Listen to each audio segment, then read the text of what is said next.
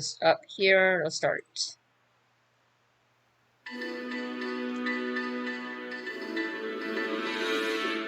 Good evening, everybody.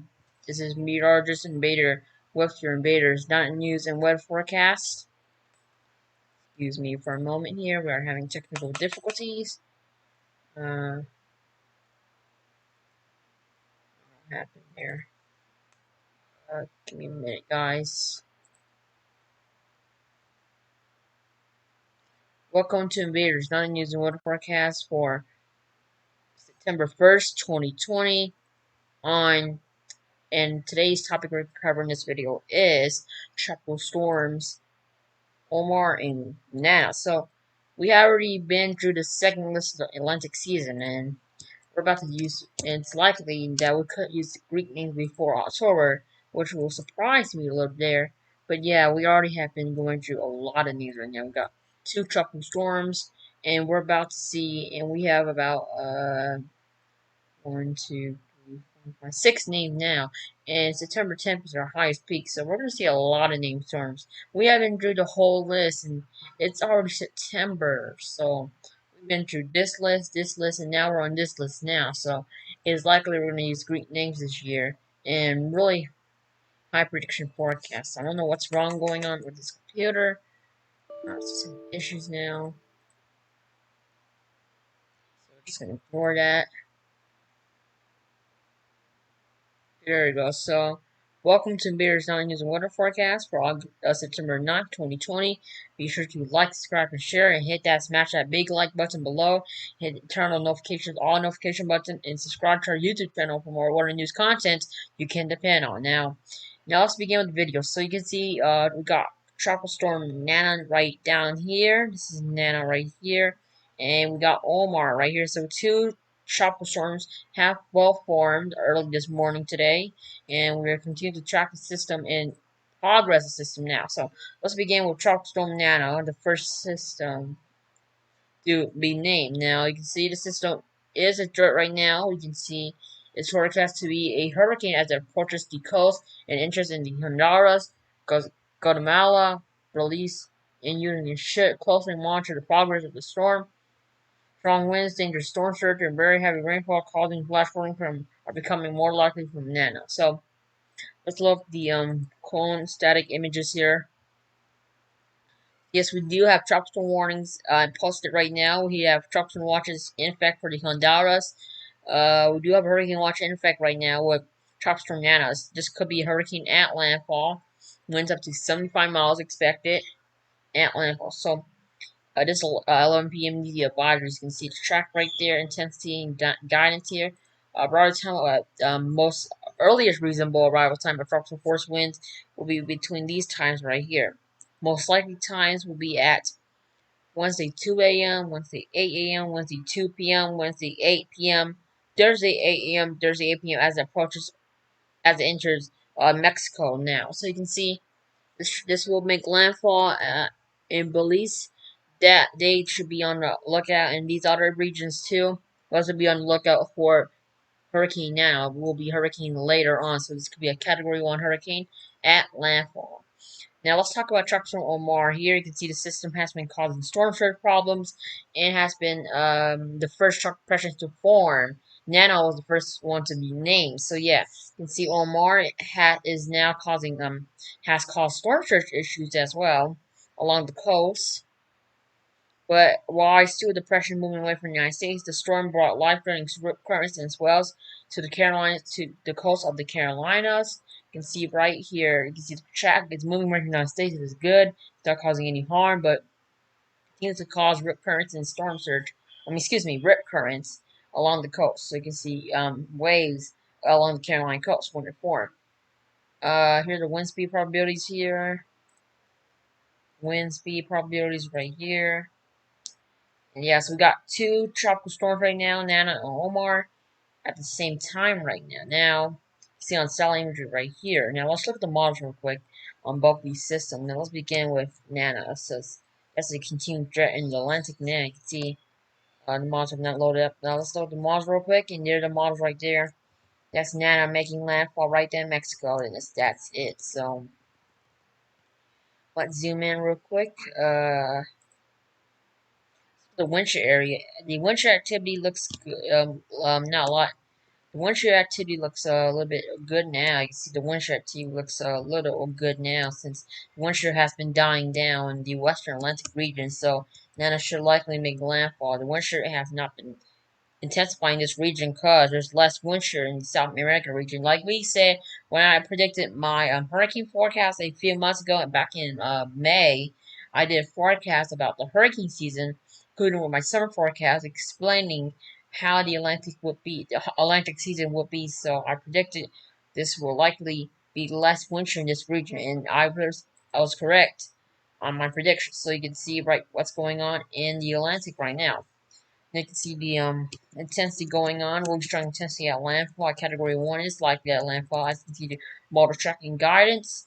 Total communicate precipitation at landfall. We're expecting at least higher amounts at likely according to my predictions. The models are saying likely you can see at landfall. The highest amount could be likely around I estimate 4.5 inches of rain is likely. You can see this amount here, 4.5 inches of likely from Nana at landfall. You can see this is what we're watching in the model. Going to load up here. So yeah, this is why I'm predicting 4.5 inches at landfall with Hurricane Nana. That was like the HWRF models here explaining what we got going on with this system at landfall. Now let's just rewind the models real quick, show you what's going on here. My system is really strong and healthy system at landfall. Winds at probably at 60.4 knots. This will be a category 1 at landfall. Winds up to 75 miles as expected as it enters the region here in the Brazilla region here. See, the system will make a direct landfall in the region. This will be a shock storm and quick depression and later dissipate that quickly. Now let's talk about and let's go to the North Atlantic real quick, see what's going on here. So this is no North Atlantic.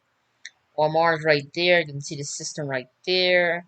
Let's look what's going on over here. So give me a second to look up the models here.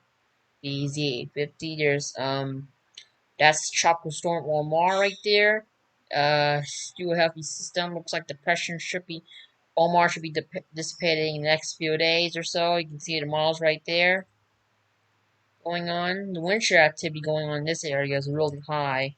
Where Omar stands, this is where trucks are Omar. So this system is dissipating real quickly due to the high wind shear going on in the North Atlantic region. So this system will collide, emerge, and this will all the wind shear going on will actually kill off the storm here and dissipate really quickly. So that's why why the system is dissipating real quickly, not be a hurricane like Nana. So due to this less wind area here and warm sea SSTs or sea surface temperatures, that's why Nana is a hurricane.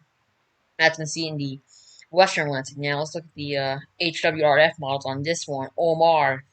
Looks like Hurricane Omar. Looks like system. Looks like tropical storm. No hurricane is likely, but you can see Omar is too healthy system until it dissipates in the wind shear. So that's what we're watching. We already have um, three mission three, three missions into Nana right now so far. We have one from the Air Force Rule, so mission number 3.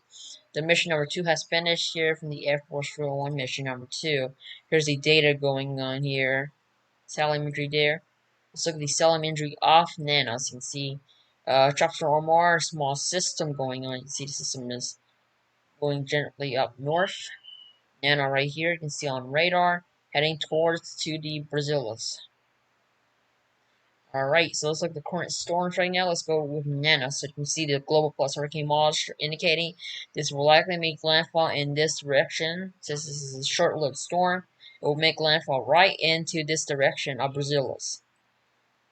Let's show the other models. Here's the GFS assembles. Here you can see there. Here's the GEF assembles here, like to make a landfall. All those agree to make a landfall where the National Hurricane Center stands right here. Make landfall in the Brazilias region here. You can see on radar, this will make landfall there as a category 1 with 75-mile winds likely with this system. Here's the intensity guidance. Tropical storm is likely, and a hurricane is likely. So you can see some moderate rain. It will be tropical storm, but it's likely it will be seeing a Category 1 at landfall. So that's likely going on there with the warm SSTs going on around that. Omar going on here. Global Hurricane Model expecting to go northeastward here. As you can see on the track guidance, the Global Plus Hurricane models and the GFS symbol showing tracking northeast as well. There's the GEFS symbols here to track far northeastward as it merged with the winter. The system will likely be depression, according to the intensity guidance. Category 1 is not likely, will be depression in the next few days, next 48 hours or so. This will later be a system will weaken next 48 hours as a depression, then the remains of Omar. Now let's go to the alternate analyst real quick here. Alright, so here's the North Atlantic SSTs. I'm gonna show you this real quick before we end the video. Nano's like right here. System is in the warmest waters of the Atlantic, and Walmart is right over here, I believe, right up here. So both systems are in the warm waters. So it looks like Nano should be strengthening really quickly here as it's a mixed landfall, and Omar should be tracking northeast and merging with the wind shear. So this is the wind shear area right here. So here is what I call the wind shear. So this is the wind shear where the system will likely merge. And okay, so that's where this area where it will be merging there. So yes.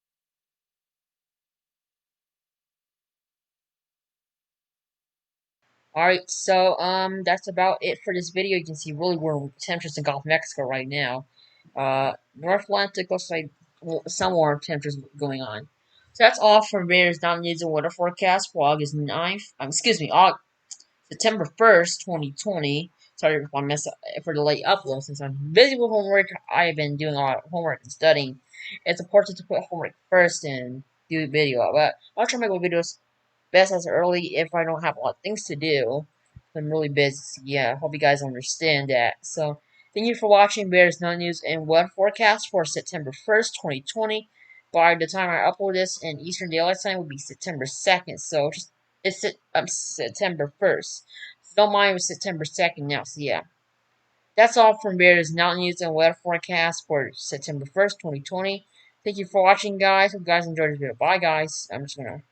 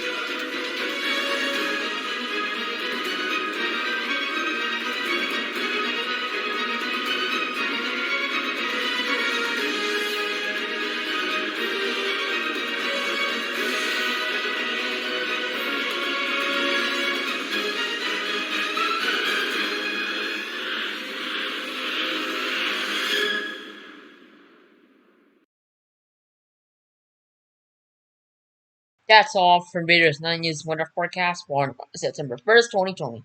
Thank you for watching, guys. Hope to see you guys next video. Bye, guys.